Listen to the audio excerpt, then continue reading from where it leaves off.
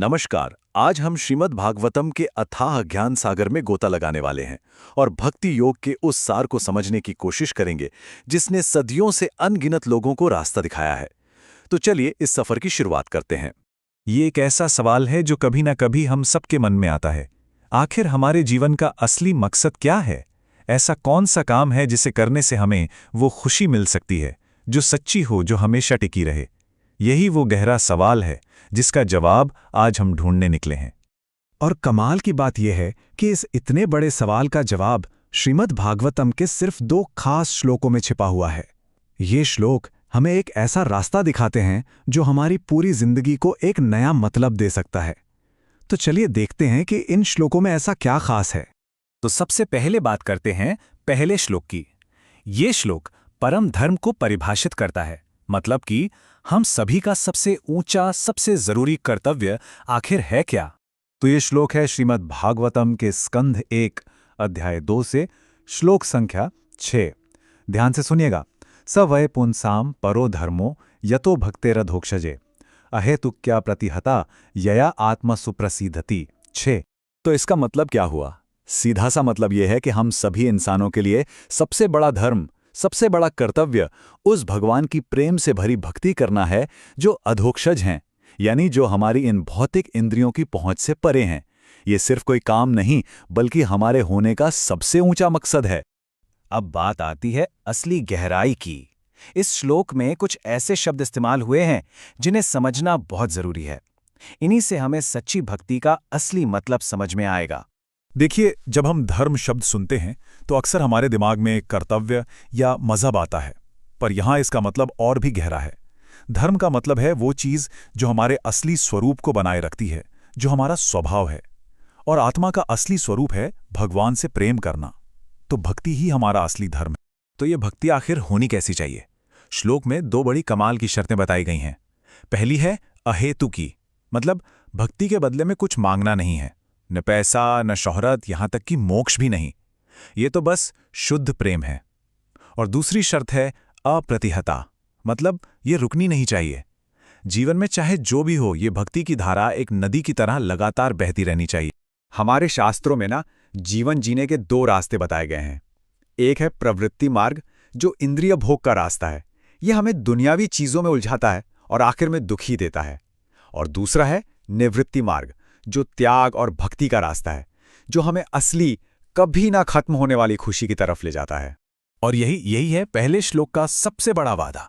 जब भक्ति इन 2 शर्तों पर खरी उतरती है, बिना स्वार्थ और बिना रुकावट के, तभी हमारी आत्मा को वो गहरी, पूरी संतुष्टि मिलती है जिसकी उसे हमेशा से तलाश रही है। इसी के लिए श्लोक में कहा गया है, ययात्मा सुप्रसिद्धति, आत्मा पूरी तरह से तृप्त हो जाती है। तो ठीक है, ये तो हुआ हमारा परम धर्म, पर सवाल यह है कि इसे करने से मिलेगा क्या और कब मिलेगा? इसका जवाब हमें ठीक अगले श्लोक में मिलता है। तो अब देखते हैं श्रीमद् भागवतम का पहला स्कंद 2 अध्याय श्लोक संख्या 7।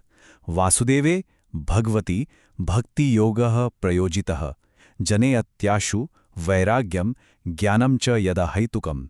7। इस श्लोक का सार बहुत ही सीधा और शक्तिशाली है।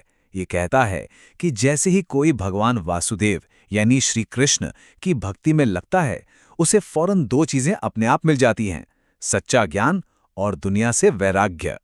तो ये जो 2 फल हैं, ज्ञान और वैराग्य, ये आखिर हैं क्या? चलिए इन्हें थोड़ा और करीब से देखते हैं। ये भक्ति के पेड़ पर अपने आप लगने वाले फल हैं। इन्हें अलग से उगाने की कोई मेहनत नहीं करनी पड़ती।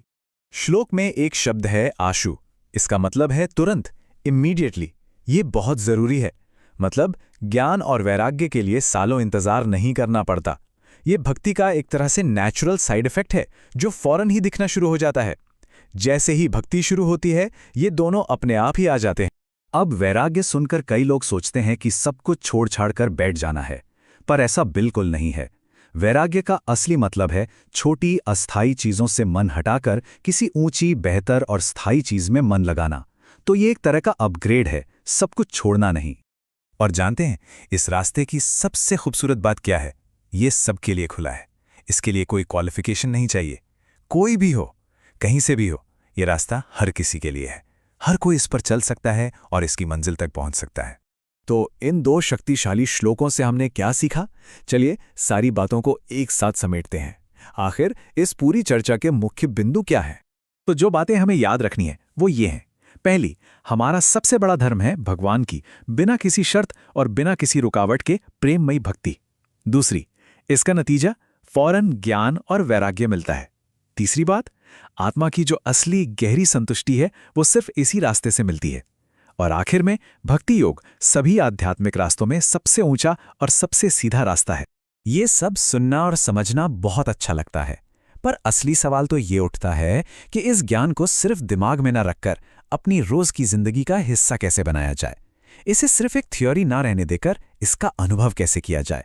ये एक ऐसा सवाल है जिस पर हम सभी को सोचना चाहिए। उम्मीद है इस चर्चा से कुछ नया सोचने और समझने को मिला होगा। अगर ऐसा है तो इस प्रयास को लाइक करें, इसे औरों के साथ शेयर करें और ऐसे ही और गहरे विश्लेषणों के लिए हमारे साथ जुड़े रहने के लिए चैनल को सब्सक्राइब जरूर करें। हमारे साथ जुड़ने के लिए आपका बहुत बहुत धन्यवाद।